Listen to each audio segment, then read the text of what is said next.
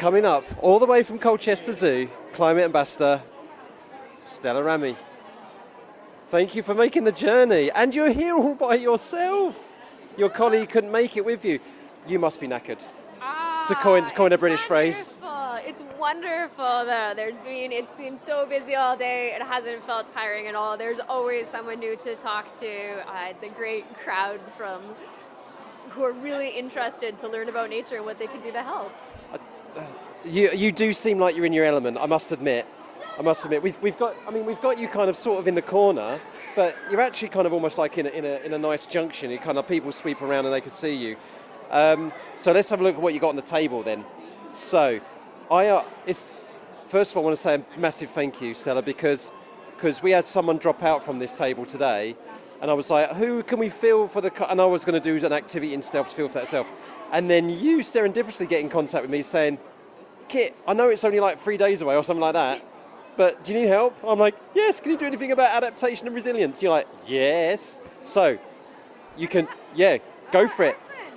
Starting over this end, it flows really nicely with the rainwater stuff. We had some signs, but the demonstration does it a lot better. And we have a few other examples of kind of concrete actions that kids can take back to school to learn about different things they can do to improve school grounds in terms of water runoff, but also in terms of heat and cold events. Things like green walls, but not complex engineered green walls, planters, and different things, and the different benefits of that. So we have some kind of very tangible options.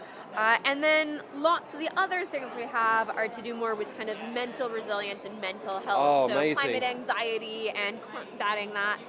So we have our little diagram of connectedness to nature and how connected people feel. Are they totally separate? Oh, you've got a tally here. And there's a tally here. I'm going to show that to the camera, and then I'll describe it to the podcast people. It's really exciting to see the audience today. Lots of people kind of leaning more towards the connected to nature side of this. So what's that tally at the moment? So we got a circle. So describe it for the people just listening on the podcast. You describe it for us. So there's a circle of the person and then a circle of nature with it starting off as two completely distinct sides.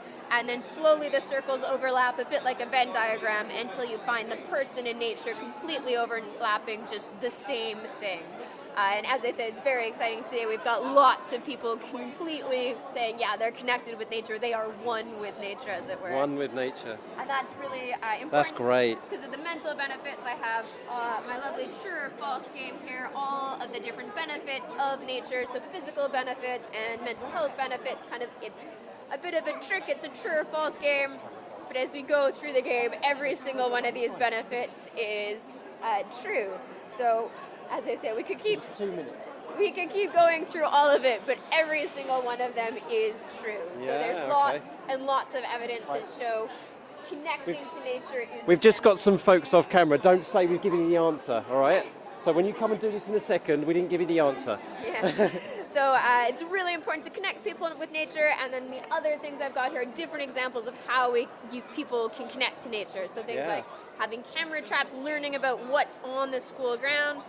I have these lovely DNA molecules. So they're like those plastic balls that you get in the ball pits. Play area balls, DNA, almost the same. Whatever you call them in over there, Yeah.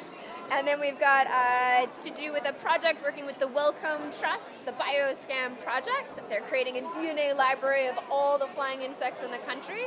And the kids can have a go at seeing if they can identify mystery insects based on the DNA of those kind of play area colored balls.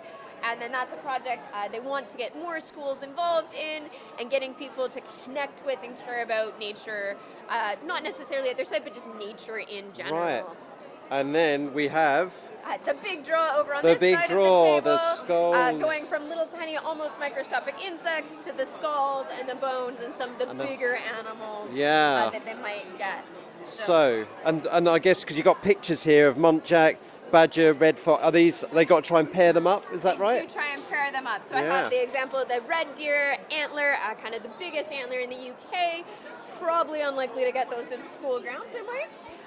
The rest of them, though, are definitely things that they could find in school grounds. So the muntjac, the hedgehog with his lovely little snail-crunching teeth, and all sorts of things like that. Look at that, folks. And those ones, they are real nothing from the zoo. Those ones are police and customs confiscations. Right, okay. Unfortunately, the wildlife trade is not just exotic animals, but some native species as well. But then That's we get them, interesting.